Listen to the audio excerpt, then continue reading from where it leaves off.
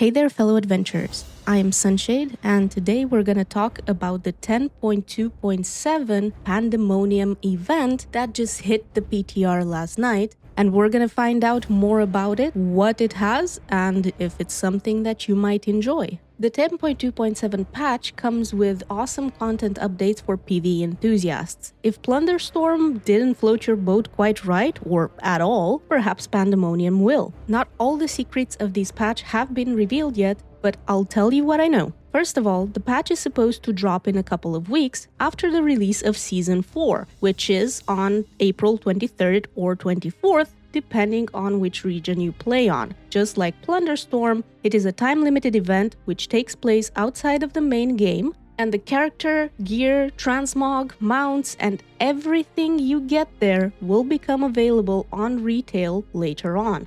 The event is going to be available to anyone with either game time available or with a subscription to World of Warcraft, without having to buy any of the expansions. Both classic and retail players can take part in the event, and even players who haven't got an account yet can test it out by using a trial account, and this will allow them to play up until level 20, just like in the live game. If they decide that they enjoy it, they can always pay for the game time or get a sub, thus being able to level up past 20. What is this WoW-Remix after all? Blizz quotes it as a time-limited event which allows players to re-experience the entirety of the Mists of Pandaria expansion at an accelerated rate from level 10 through 70. This basically means that we will be able to go onto this event, create a new character, any class, any race, any faction we wish, customize it as we would normally do in-game, name the characters, and so on. And then we're gonna start playing the game as if it was 2012 all over again, and we discover Pandaria with the floating turtle and the Pandarans and all the insane monkeys, drunk beer spirits, shy elementals, and the little Kunlai Grummel dudes, the mantids, the Mogu, and so on. New players can actually discover all of these things in a more streamlined manner without interruptions from open possibilities to other expansions or super geared max level players farming a mount, where everyone starts off on the same foot again. This time, however, the leveling is going to be fast-paced, and some areas, dungeons, and even the raids are going to be available much earlier on. Once you create your character for the event, you will be able to tell it apart from your other characters through the Time Runner icon next to the character name, and this character will only be able to play with other characters within the event, so only Time Runners. They all start off at level 10 and begin their journey in the Timeless Isle, where the Infinite Dragonflight starts them off with a few short quests and sends them off into the much-beloved Pandaria zone. Blizzard even made a chart for us to clarify what's available and when. The event will allow you to pick up almost any quests you want, go into scenarios and raids from Pandaria, get a barrel load of powerful gear, toys, mounts, transmogs, customize the gear, and empower it with super strong spells and effects which are turbocharged gems. Get rid of the items you don't need and turn them into bronze, an event currency, and then use these to upgrade other items and buy gems and even more transmogs, mounts, and so on. And most importantly, everything that you earn here, including the leveled character itself, will be transferred to your main WoW account going into the new expansion, The War Within, which should come out sometime at the end of the summer, perhaps late August, early September. And don't worry, if your account is character capped, it happens to some of us, the character slots will become available with the release of the new expansion. In my opinion, it's better than getting a 50% experience buff for a few weeks like we usually do, really.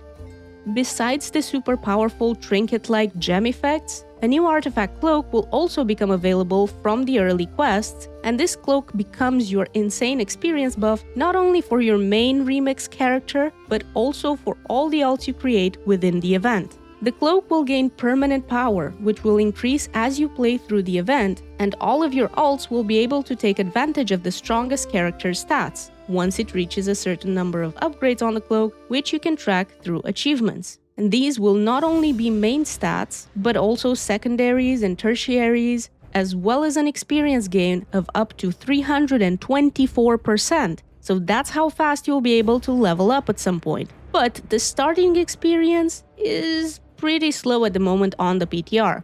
Within 5 hours of testing quests, dungeons, and scenarios, my friend and I got to level 26, 27 or so. I had a 15% experience buff on my cloak, and my friend had 11%. So not everyone gets the same stats on the cloak at the same point. Any mob in the game can drop these threads, which upon looting will turn into stats for your cloak. This can be anything from main stats to stamina, secondaries, tertiaries, or experience buff. The achievements available within the event will reward you with titles, transmogs, and new color variants of older mounts, and they will also follow you back to retail, while the achievements will become feats of strength. The bazaars offer a plethora of new and old mounts, toys, pets, and transmogs for the price of bronze, which drops pretty much anywhere, but also from the scrapped gear. Here in the bazaar, you can also upgrade your gear depending on your level and buy more of the gems to empower your character. The gems you buy are random, so you can't really guarantee a certain power, but you can choose the type of gem you want. You have prismatic gems, which are stats, and you can continuously stack these up by combining 3 of the same gem into a better one, and then stack these up again, and so on. And the best part about the prismatic gems is that they are tradable, so you can share them with your friends. Meta gems, which go on your helm, give you a big power. Cogwheel gems are on your boots, and they have different classes' abilities like Disengage, Leap of Faith, Vanish, Heroic Leap, Stampeding Roar, and so on. It's pretty funny to see a Death Knight with Heroic Leap. Or a bear.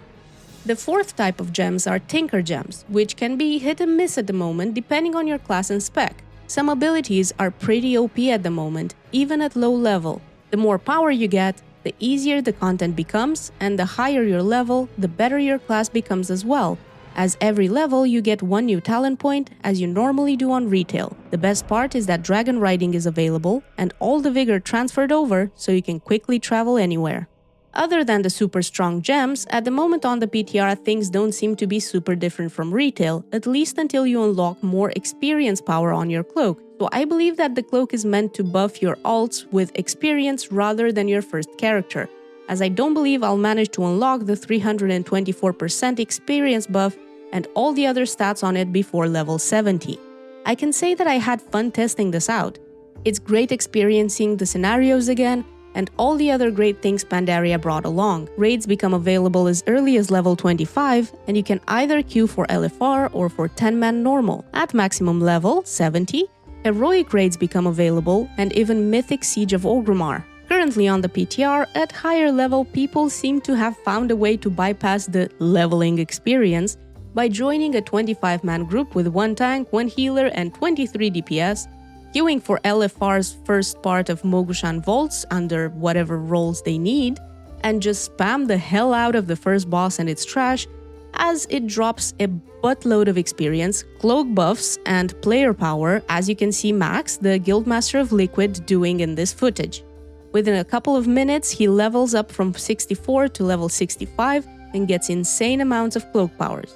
I am going to assume this won't happen exactly like this on live, as raids don't generally give experience, but we never know, it's a special event. Also, at level 64, Max has a 114% experience buff on his cloak, so we can confirm that at the moment, it doesn't go way too fast. Or maybe the LFR leveling is intended, allowing you to choose however you want to play the game, either experiencing Pandaria again, or spamming the dungeons and raids for experience. I guess we'll find out in the next couple of weeks. Having all of these things available while leveling is great, and the fact that all the rewards will transfer over to retail is a big plus for the event.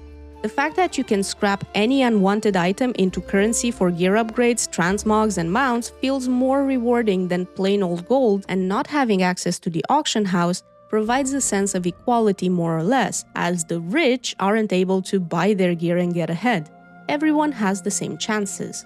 I, as a PvE enjoyer, alt fanatic, leveling enthusiast, and mounts and toys collector, absolutely love and enjoy this event, though a bigger experience boost earlier on would be great. It's a great way to have fun leveling again without it feeling like a chore, and without all the retail loot dramas in raids, as the items don't actually drop off the bosses, but from your reward chests, and the higher the item level, the more socket slots and power you get. In conclusion, I love the event, and I think it's a great system to give players something fun to do while waiting for the expansion release.